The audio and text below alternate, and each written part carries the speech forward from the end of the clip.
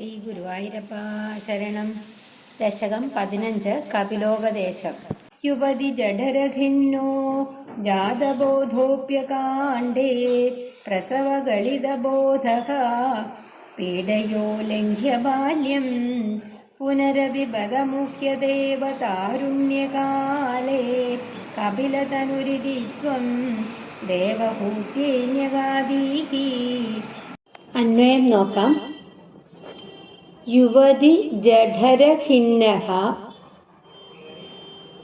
അകാണ്ഡേ ജാതബോധഃ അപി പ്രസവഗളിതബോധഃ പീഡയാ ബാല്യം ഉല്ലംഘ്യ താരുണ്യകാലേ പുനഃ അപി മുഹ്യതി ഏവ ബദ ഇതി കപിലതനുഃ ത്വം ദേവഹൂത്യൈന്യഗാദീഹി.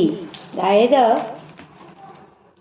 സ്ത്രീയുടെ ഗർഭപാത്രത്തിൽ കിടന്ന് ദുഃഖിക്കുമ്പോൾ പെട്ടെന്ന് യഥാർത്ഥ ജ്ഞാനമുണ്ടായെങ്കിലും പിറന്നു വീഴുന്ന ആ അവസരത്തിൽ ആ ജ്ഞാനം നഷ്ടമായിട്ട് വളരെ ബുദ്ധിമുട്ടി ബാല്യം കഴിച്ചു.